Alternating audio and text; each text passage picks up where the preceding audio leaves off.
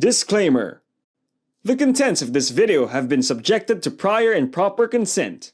The views, information, and or opinions expressed are those of the individuals involved and do not necessarily represent those of COVID Diaries, the Millennial Collaboration. Paalala! Ang mga nilalaman ng video na ito ay pinahintulutang gamitin ng may-ari. Ang mga pananaw, impormasyon, o mga opinyong ipinahayag ng mga individual na nakibahagi rito ay hindi sumasalamin sa COVID Diaries, the Millennial Collaboration. Ako po si 𝐾𝑒𝑛 Abante.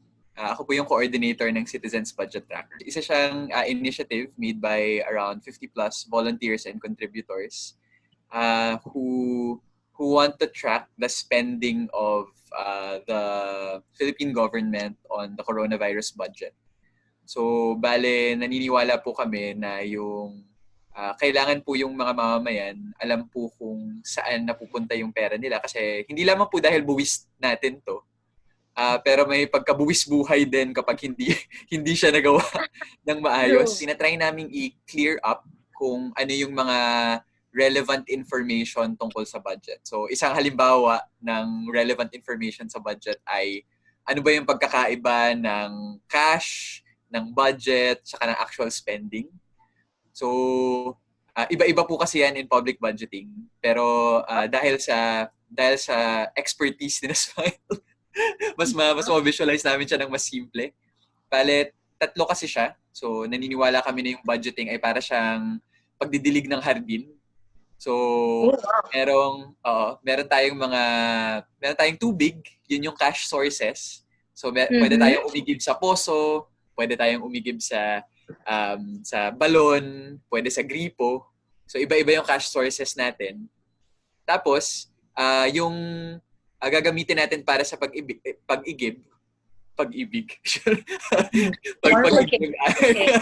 Pwede rin yun. Ay timba. So, para siyang, yun yung size naman ng budget na paglalagyan ng tubig. Tapos, meron din yung actual na pagdilig sa hardin, sa mga halaman. Yun naman yung spending. So, tinatrack namin lahat ng yun.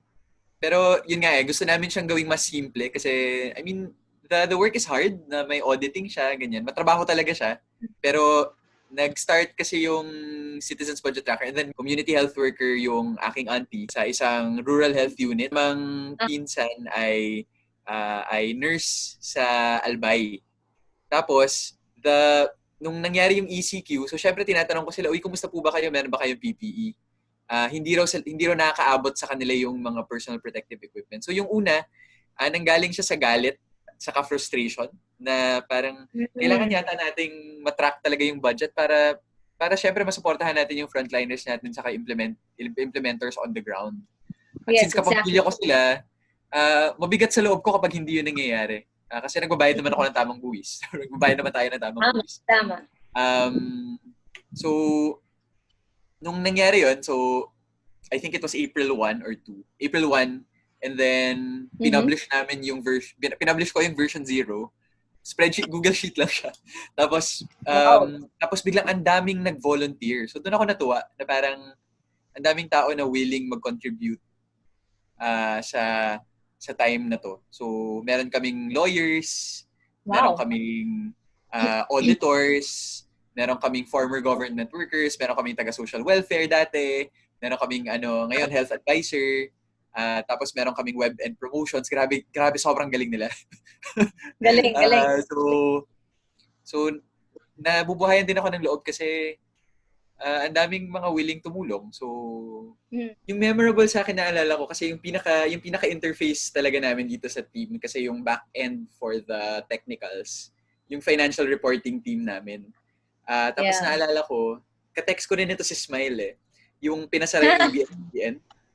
So, naalala ko, nung pinasara yung ABS-CBN, the day before kasi, we had an interview with a reporter from ABS-CBN Bicol. So, binibicol din namin siya. Tapos may Tagalog pa. Parang nag-offer pa siya ni-offer yun sa national. So, dapat sana lalabas the day after sinara yung ABS-CBN yung segment. So, I remember very clearly, nakausap ko si Miles Melia to. Super galing na local reporter. Nakatext ko siya. Tapos sabi ko, kasi feeling ko, parang we work a lot with journalists in telling story. So, we give interviews, etc. Mas tumatak sa akin yung closure ng ABS-CBN kasi you meet all these journalists who are so committed to their jobs. Tapos gaganituhin sila. At ako, hindi na ako naawa. Galit na galit talaga ako. As in, memorable siya kasi nang gagalaiti talaga ako sa galit. Yung hindi na ako makapagtrabaho na type ng galit. Tapos, siguro yung mga echo, tinatry kong i-echo kay Smile yun, tsaka sa financial reporting team. Tapos parang, so super frustrated ako, tapos parang umiyak ako doon sa garden namin. Water garden yung aming metaphor. Tapos sabi sa akin ni Miles Melia, inumusta ko siya. Sabi niya, alam mo Ken, hindi pa clear nito nasasara sila in the evening . Sabi sa akin ni Miles, alam mo Ken, meron lang akong 7 minutes para umiyak kasi meron pa akong 5 news articles na kailangang isulat. Tapos ako parang, grabe, that's not commitment to your work. Diba? Yeah. Na ako parang, grabe ako na nga ito, parang hindi ba ako journalist, diba? Parang ako na itong hindi makapagtrabaho. Sila pa kaya na nasa front lines, diba? So, memorable siya for me kasi it ended up, and siguro yung theme ng budget tracker, para siyang there's a very negative start and it ends up being something that's constructive. Alam mo yun? Yung, I ended the day basically saying, and the people around me saying, let's not lose focus. We should keep on organizing. We should keep on reporting. And we should keep supporting our journalists. And help them do their job. So kahit na, for example, normally Wednesday night namin nilalabas yung reports. Kasi may mga day jobs. Nag-request sila ng Wednesday afternoon. Sabi namin, game, talagang gagawin namin to para masuportahan namin yung journalists. Meron din kasing parang policy advocacy component yung tracker work. So, really? Halimbawa, nung nalaman namin na may tagtuyot sa hardin, kailangan diligan. Talagang pinupush namin to support the implementors. So kasi meron din kaming list ng recommendations actually. We've been trying to push, not just in media, pero like in constructive conversations with the executive, the officials who run the programs. So meron din kami actually, nakakatuwa na meron na rin kami conversations with local governments. So halimbawa, nakita nila yung tracker, sabi nung isang municipal mayor, uy, pwede ba naming gayahin yan? So gusto na rin nila magka-budget tracker for their municipality. At gusto rin nilang gumawa ng tracker for their province. So any message to Bicolanos out there naman in terms of the COVID-19 to give hope? Okay.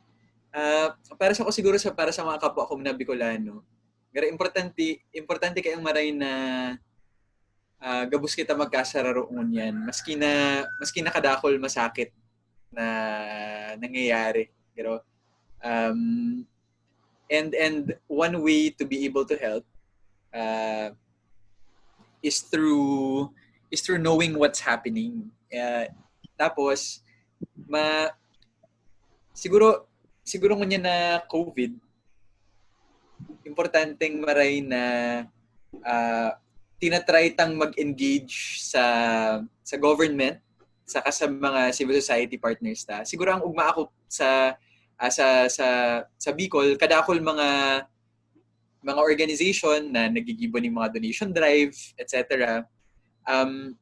Tapos all of us have a part sa whole of society effort taini na para malampasan ang COVID. So no one sector of society can do it alone. So this is something that we should do together.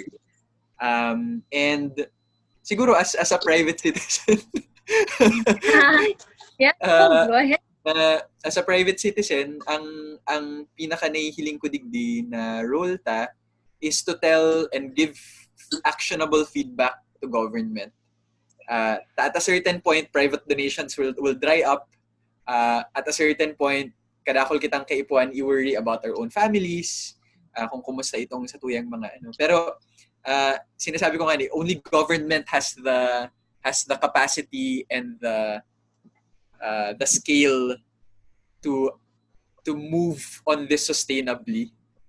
So kaipuan kang government ang tabang tagabus na sasabihin ta sa inda kung nasa in ang pagkukulang para ma-correct. So yan feeling ko ang role kang private citizens and engaged citizens. We're very thankful. Ako very thankful ako for efforts like yours. Because one of the first things I actually asked them, mahilig ako sa mga manuals of institutional knowledge. Nice. Yung how do we make sure that we learn a lot from this, and especially our generation will inherit the institutions that we now have, or we will actively shape. We are already actively shaping the institutions which we will inherit. So I'm very happy that you're here. Dor, Lorraine, Chris, and the COVID Diaries team is here because it's a way for us to learn when we reflect on this pandemic at a certain point in time, and we will all say these are the things that we should do better next time, or these are the things that were successful and we should therefore continue doing.